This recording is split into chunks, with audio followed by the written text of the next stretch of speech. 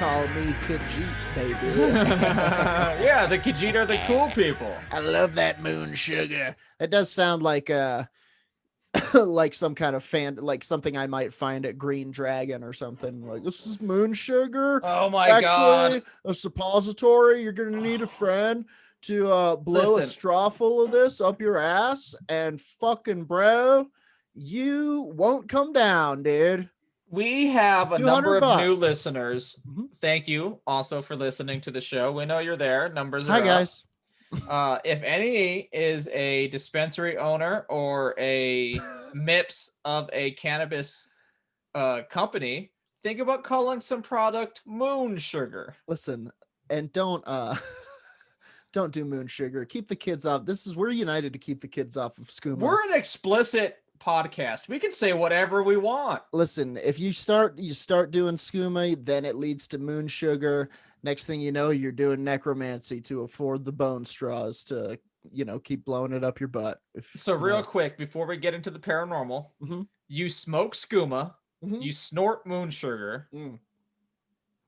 Is there a third drug in the game I'm not thinking of?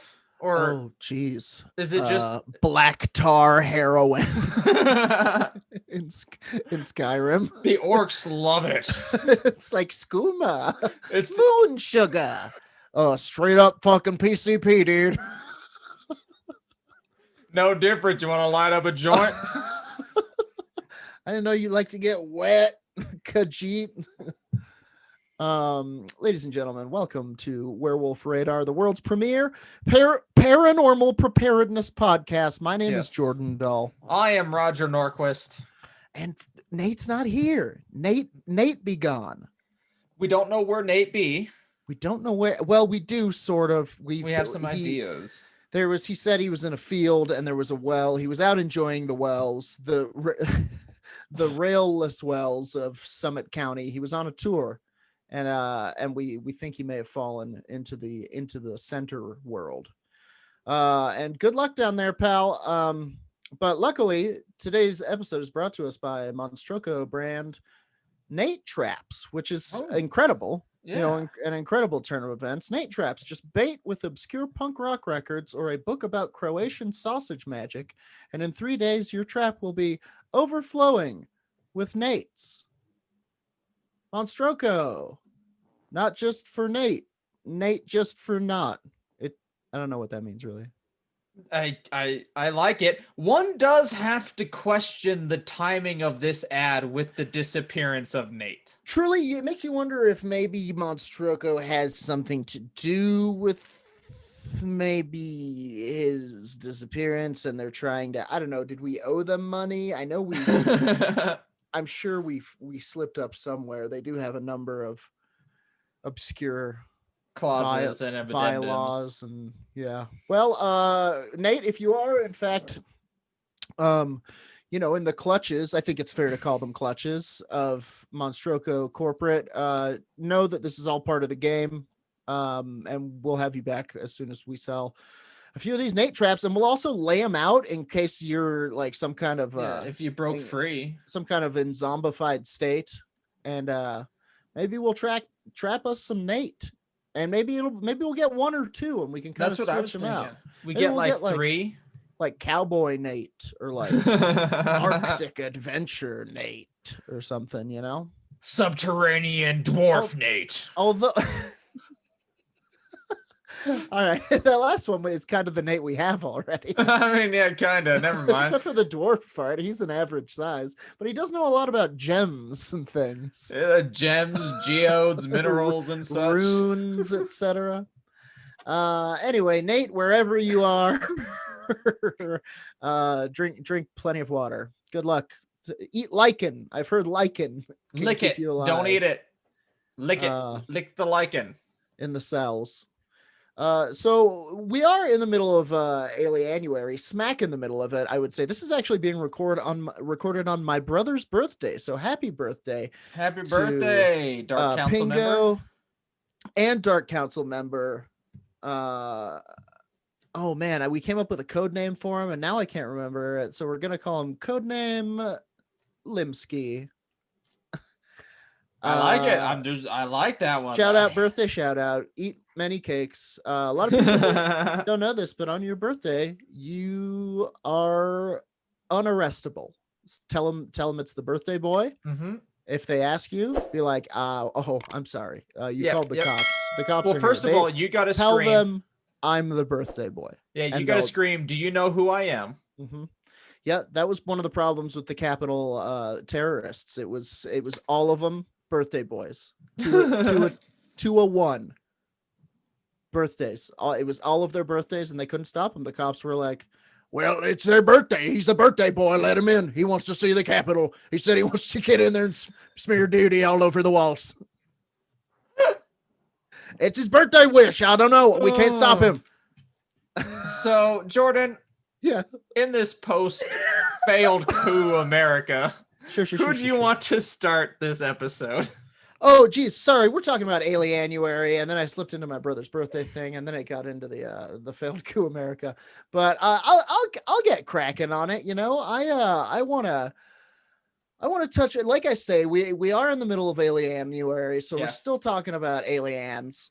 If I'm saying that right, this will I think probably you be a are. little bit shorter of an episode just because Nate's not here to tell us how to make. I don't know, No. man. I have the Russian secret alien KGB files, which is a 2,000-page book we could just read. Be here for 6 Okay. days. All right, so buckle up, fuckers. You thought guys- it'd be short, no, Nate, but nah, Roger's got an insane thing. So you guys think you like podcasts, huh? We shall put that to the Sit down. test. Okay, so we're gonna jump into a segment. Last week we talked about the Betty and Barney Hill incident, and of course, Phenomenal story, Jordan. Good phenomenal job. story. Hey, I had nothing to do. I'm just reporting the facts here, fellas. Oh, I thought you did it. I thought you were the no. planner. No, a real thing that happened, not a piece of my fiction, my fanfic. But I figured that was kind of a jumping off point for this week. I wanted to talk about some other well-known alien encounters in a segment I'm calling. So bad without Nate. Jeez, it's so bad. It's so hard without him. Nice to see you. Wouldn't want to ET ya. I was pretty good in the end. The Zoom room is asleep. Okay. I'm out, buddy. I love it. Thanks, bro. I Thanks, love thanks. it. Shout out to Zoom room. What's up, y'all? They've been here. We record 4 episodes a day, so they've been here for 8 hours already. Shout out. You guys are doing a great job. Anyway, in my segment, we're calling Nice to See You. Wouldn't want to ET ya. These are some other famous alien encounter alien encounters throughout history, a little bit more contemporary than what we Yes. did last time. You gave us a lot of taste. It was delicious. This is from newsweek.com. Heard of them? Yeah, they do good shit, y'all. This is by Callum Payton, and this is the most credible UFO sightings and encounters in modern history, according to research. Hit us with it. Hit us with it. Hit us with it now. And this guy actually puts the beginning of the UFO phenomena at a different point in history. The modern, which, that's fine. It is disputed. The modern era of UFO sightings began in 1947 when Kenneth Arnold, a businessman and pilot from Idaho, spotted what he believed was a formation of flying saucers near Mount Rainier in Washington. Encounters with unidentified flying objects have been recorded since ancient times, but Arnold's sighting hooked the American public. It was the encounter that launched 1,000 theories. It launched the phrase "flying saucer." It did. Unidentified. I will use the picture of the flying Object. saucers that he saw or that he described as the picture. Looks nothing like a flying saucer. Sure. What does it look like? Looks like a flying boomerang. Yeah. I don't know what kind of saucers you're using. I'll put them up for the Zoom. If you ever want to see, take part of the Zoom, check out our Patreon. But they don't look like flying saucers. Are boomerang shaped. The U.S. military attempted to discredit Arnold's claims. The report cannot even bear superficial examination, therefore must be disregarded. The Air Force Material Command wrote in a now declassified document. Also, that's And- happening soon. Listen to the This Week of Weird. They're releasing a ton of UFO information. So get ready for hoverboards. Get ready for You're ready for a hover lot of stuff. ice And cream. also, Sharon, you can just check out the YouTube. I forgot that's what we're doing now. Oh. This is the saucer. Oh, looks exactly like the dishes I have in my kitchen. Well, I'm sorry then, Jordan. Yeah, I was dude. generalizing. That is a saucer for the some pointy households. Goes between my voluptuous pecs, and then I eat stroganoff off of the tray area. And Okay. it's hot and it scalds, and it's how I like it. Never mind. I apologize, everyone, if you have similar saucers. Thank you. I'm Pour wrong. sauce on them. That's what they were. That's what they initially look used like. for. Because traditionally you think it's a circle. Sure, like a little plate, right? That's a saucer. That's what I eat my sauce off of. Sometimes I just like to pour a big plate of sauce and drink it right out of that saucer. Anyway, so first we're gonna jump down here. We're gonna skip a lot of this stuff. There's a lot of interesting points. If I will drop a link to the Zoom room and later on the Twitter, and you guys can check out the interesting lead up. But eventually they get to the Roswell incident. July 1947. Maybe you've heard of it. Hundreds of witnesses have come forward claiming to have some connection with the Roswell UFO sighting. Books published from 1980 onwards have claimed an alien craft crash landed near a ranch in Roswell, New Mexico, with one or more dead extraterrestrial beings inside. The truth appears to be far more mundane. In 1997, the Air Force released a report on the 50th anniversary of the incident entitled Case Closed, Final Report on the Roswell Crash. An article in the New York Times from the time read, "No bodies, no bulbous heads, no secret autopsies, no spaceship, no crash, no extraterrestrials or alien artifacts of any sort, and most emphatically of all, no government cover-up." All right. That's a bold claim that goes against my own views. That's what they're saying. Credibility rating, -2. Sorry, Boo. Roswell. That's a -2 on the Newsweek credibility rating scale. I didn't know it was going to be fun like this. That was kind of fun. That was adorable. I wish at the end they would do. Honestly, I wish it was better than credibility. I wish it was like UF no. UF no to UF whoa. I guess Newsweek doesn't fuck around like that. Okay. No, they're serious journalists over at Newsweek. Number 2, the Kenneth Arnold UFO sighting. Location, Mount Rainier, Washington. Maybe you've heard of it. Pilot Kenneth Arnold's sighting of 9 circular-type objects flying in formation at a speed judged to be more than twice the speed of sound gave birth to the modern notion of flying saucers. Reports from the Idaho pilot that he witnessed the strange craft while flying north of Mount Rainier were dismissed out of hand by the Air Force investigation. Until his death in 1984, Arnold maintained he had seen the UFOs. He told the Seattle Times in 1977, "I made my report because I thought it was my duty. It was the only proper and American thing to do. I saw what I saw." Good job, Kenneth. Credibility rating? 0. Sorry, Kenneth. Newsweek, Flush. you suck. Toilet sound. Suck it, Kenneth. I guess. do have some weird issues, but it could be explained, I guess, through alien technology. Like if it was going twice the speed of sound, the sonic boom from that would be so loud. Look, this is Newsweek, dude. You know how fucking hard you have to try to get like a 12 fucking boner UFO sighting from Newsweek for them to even crack a smile. Anyway, number 3, the Levelland UFO Case. I don't know this one. You're about to find out. This is from November 1957. Location, Levelland, Texas. Multiple witnesses report seeing an egg-shaped object or a large flash of light moving across the sky in the small town of Levelland, Texas. One witness told police the passing object had interfered with the electronics in his car. The Associated Press reported at the time that a mystery object had flown around with a great sound and rush of wind. The sighting was later discredited by the Air Force's Project Blue Book, which claimed the phenomenon had been caused by severe electrical storms and ball lightning. Fuck. I mean, caused by what? Severe electrical storms and ball lightning, Terminators, maybe transporting in and then transporting out. Oh, wrong time. Oh, whoops.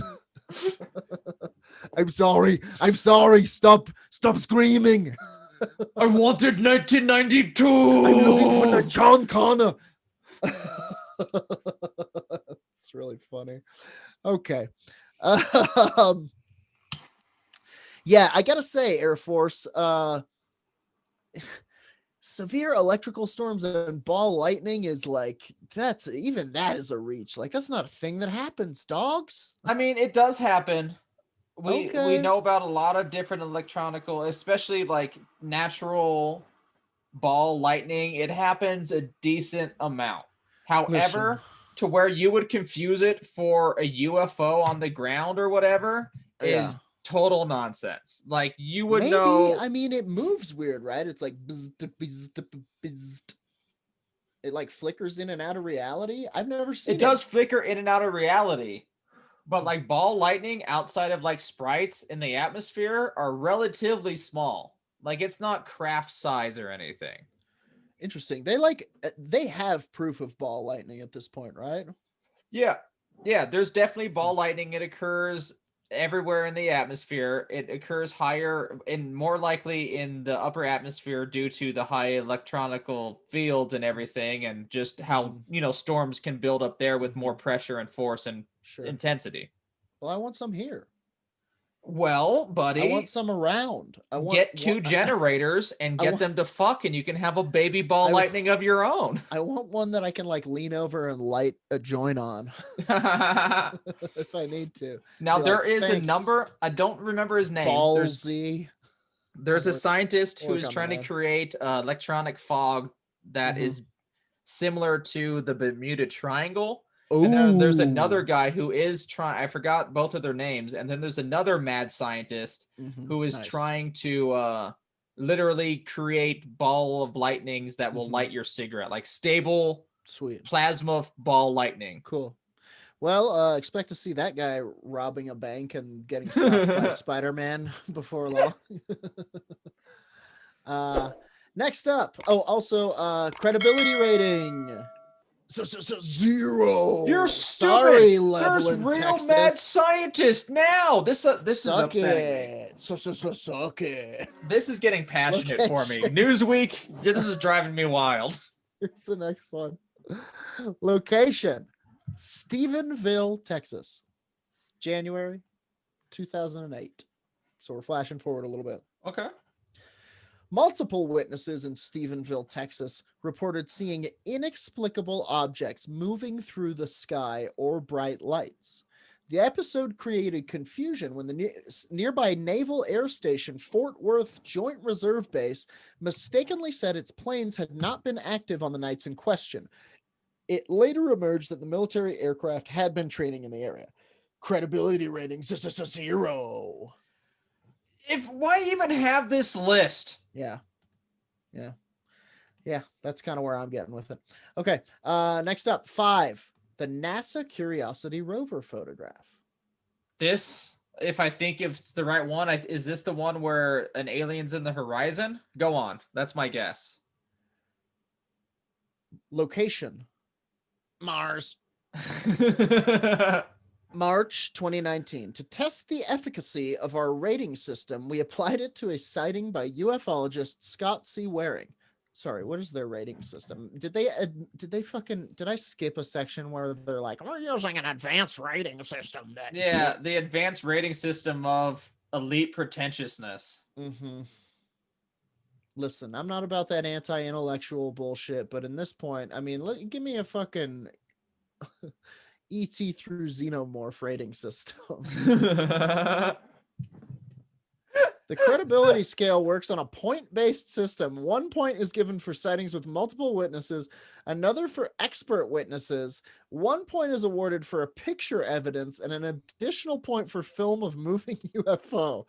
Unidentified flying objects can often be explained away as foreign aircraft. So what was the rating additional for? point is given for UFOs seen to be flying in a manner inconsistent with flight as humans know it. Then what was the rating for Kenneth Arnold? 0. There was Suck a witness. it. There was a witness that explained that it moved in an unusual. This is giving me a heart attack. Listen, I'm just reading Newsweek, baby. I know this isn't your fault. I'm upset at the editors and writers of Newsweek. Hang on. Location Mars, March 2019. To test the efficacy of our rating system, I assume they're gonna the ratings will get higher. We applied it to a sighting by ufologist Scott C. Waring, who claims to have spotted a UFO on Mars. Dun dun dun. Mm-hmm. Can you Mars it up a little? So good, dude. Thank you. I give that a credibility rating of 0. -4, which is still very good. It's a very complicated system.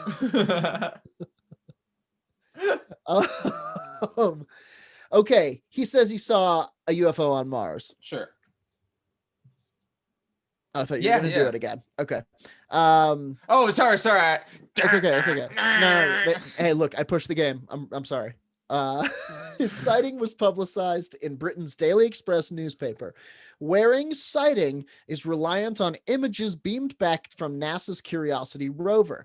There have been no human witnesses to the case or expert or otherwise, and the UFO is not shown moving. Even if we generously say that the picture is of an extraterrestrial craft, which is up for debate, this contemporary sighting does not score particularly high. Credibility rating 1. Why? I'm afraid I can't answer that. I told you what I know of the system. At this point, we're just having fun with the breaking tales. Me. Yeah, this is phenomenal. 6, the Washington D.C. flap.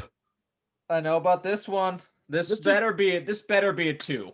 This took place in Washington D.C. 1952 July. Sweltering, you know. Something Bay of Pigs. I don't know. It's 52. Too early. Whatever. Too early for that. On 2 separate occasions, Air Force F-94s were scrambled over Washington after UFOs were sighted on radar at Andrews and Bolling Air Force bases. The reports of UFOs disappearing or outrunning the Air Force jets cemented the flying saucer craze in the popular imagination.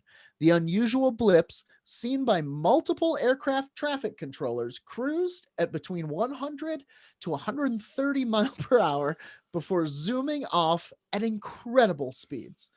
I'm glad that they added that last part, because before I was like, so it goes about as fast as like a new Taurus. Yeah, but a new Taurus in the sky. Sure. At the time, the Washington Post ran the banner headline, "Saucer outran jet, pilot reveals." Credibility rating 3. How? The jet was outran. That's a beefy a 1. 3. Here's Roger Norquist, Werewolf Radar rating of credibility for this. Go ahead. 2 xenomorphs. Okay. Yeah, I agree. Okay. All right, go on. Number 7, the Valenzuela UFO sighting. Location, Valenzuela. Alpes de Haute-Provence. Alpes de Haute-Provence. Alpes de Haute-Provence. I think that's close. France. Thank you. I eat a lot of cheese. July 1965. Something. Bay of Pigs. Yeah, closer. Okay. Dubbed France's Roswell by regional Le Dauphin newspaper, this sighting by Maurice Masse constitutes a close encounter of the third kind. Mass claimed he saw two humanoid, which we will cover next episode. I've just decided. Mass You claimed heard it here first. there's like a scale for what the encounters are. Mass claims he saw two humanoid aliens land a spherical UFO in a field. They then exited the craft. The French farmer said he was left paralyzed when one of the beings pointed a cylindrical instrument at him. The pair then flew away after briefly inspecting the surroundings. Bzzzt. Oh. Okay, look around. This incident rates so highly because close encounters where witnesses spotted physical beings were considered the most important by Hynek. Oh, this is like For the sure. Hynek scale, I guess. Credibility rating 4. 3. Okay. A very respectable 3. No. Werewolf Radar's credibility rating. I'm gonna give it Eddie Redmayne in Jupiter Ascending. Okay. Okay, that's bad, right? I mean, he's a villain, but he was a good alien. Sure. Okay. So yeah, this is based off of the scale put into place by not Newsweek, but that guy Hynek, who basically was he was one of the kind of the world's first ufologists, if you will. There are a lot of these, by the way. So tell me if you want me to wrap up and you do your segment at any point. Let's do 2 more. Okay. I feel 2 more. Okay. I'm gonna. How about I? Because this is blaze fascinating through a for me. couple Like of I them? love, I love UFO truly- history. I truly could read these all day. Yeah. But content Okay. creators must divide Let's the find content some- for multiple this goes- episodes. This goes all the way up. So I'm gonna go up to the highest rating that we have. Yeah, hit us with a 10. There are no 10s, but there are a few. A few 6s. So I'm gonna tell you the names of some of the heaters that we're jumping over here. Wow, and there's a couple that I just gotta read. The Delphos Ring incident, Loring Air Force Base sighting, an unidentified Sheriff's Deputy Val Johnson incident. Not sure about that. The Cash Landrum sighting, the Trons and Provence case, the Belgian UFO wave, the Phoenix Lights phenomenon. This is one of my faves. We're gonna linger here briefly. Location: Phoenix, Arizona, March 1997. UFologists have claimed hundreds of witnesses saw the otherworldly lights across Arizona, Nevada, and northern Mexico.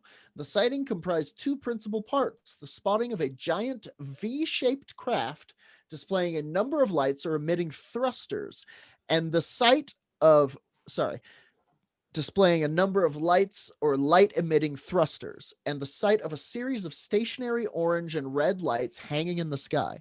According to Arizona's K-Star News, the governor of the state at the time, Fife Symington.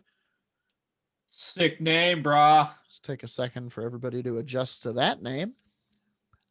Fife Symington claimed he saw the lights. I'm a pilot, and I know just about every machine that flies. Did you know about this Ford Taurus we got to hover above the White House? Symington. It was bigger than anything I've ever seen. It remains a great mystery. Credibility rating 3.